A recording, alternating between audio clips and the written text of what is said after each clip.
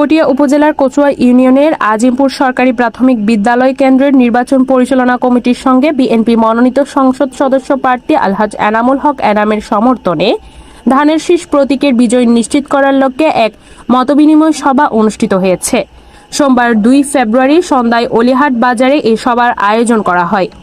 সবাই 5 নং ওয়ার্ড বিএনপির সভাপতি আব্দুল্লাহ আল নোমান নয়নের সভাপতিত্বে এবং সাবেক ছাত্রনেতা ওহিদুল আলম খান খোকন মেম্বারের সঞ্চালনায় এতে প্রধান অতিথি হিসেবে উপস্থিত ছিলেন পটিয়া উপজেলা জিয়া স্মৃতি সংসদের সভাপতি হাজী কামাল উদ্দিন। প্রধান বক্তা ছিলেন জিয়া স্মৃতি সংসদের সাধারণ সম্পাদক মোহাম্মদ আবু সালেহ। বিশেষ অতিথি হিসেবে বক্তব্য দেন কচুয়া ইউনিয়ন বিএনপি সাবেক সভাপতি জাকির হোসেন মেম্বার, সাধারণ সম্পাদক নুরুল আফসাদ চৌধুরী, সহসভাপতি ইসহাক সওদাগর, যুগ্ম সাধারণ সম্পাদক হাফেজ মোহাম্মদ সোলাইমান ও রমজান আলী মজুমদার, সাবেক সাংগঠনিক সম্পাদক নূর মোহাম্মদ, মনসল আলী, কাজী লোকমান হাকিম আঙ্গুর, মোর্শেদ আরজু চৌধুরী, মুজিব চৌধুরী, সেলিম, মোহাম্মদ জাহেদ, মোহাম্মদ জামাল, মোহাম্মদ শাহজাহান, কাইসার চৌধুরী, যুবদল নেতা জিকু, সাবেক ইউপি সদস্য বাবুল মেম্বার, মোহাম্মদ রফিক, দিলদার চৌধুরী সহ স্থানীয় বিএনপি ও অঙ্গ সংগঠনের নেতৃবৃন্দ। সবাই বক্তারা ধানের শীষ প্রতীকের পক্ষে ঐক্যবদ্ধভাবে কাজ করে আজিমপুর সরকারি প্রাথমিক বিদ্যালয় কেন্দ্র সহ পুরো এলাকায় বিজয় নিশ্চিত করার দৃঢ় অঙ্গীকার ব্যক্ত করেন।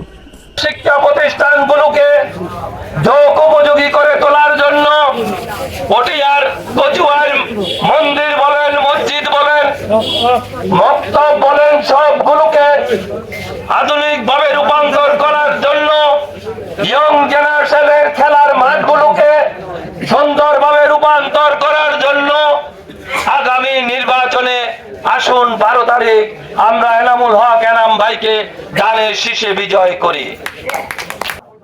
ওই নির্বাচনে আমরা সবাই হিন্দু মুসলিম ভাই ঐক্যবদ্ধভাবে আমরা ধানের শীষ প্রতীকে ভোট দিয়ে আলহাজ এনামুল হক এনাম ভাইকে যদি আমরা বিপুল ভোটে জয়যুক্ত করতে পারি, আমাদের প্রিয় নেতা আলহাজ এনামুল হক এনাম ভাই ঘোষণা দিয়েছেন ভোটিয়েতে যদি আমাদের এনাম ভাই ধানের শীষ প্রতীক দিয়ে বিপুল ভোটে জয়যুক্ত করতে পারেন, তাইলে আমাদের এখানে কোনো সন্ত্রাস, চাঁদাবাজ, দখলবাজ কেউ থাকবে না।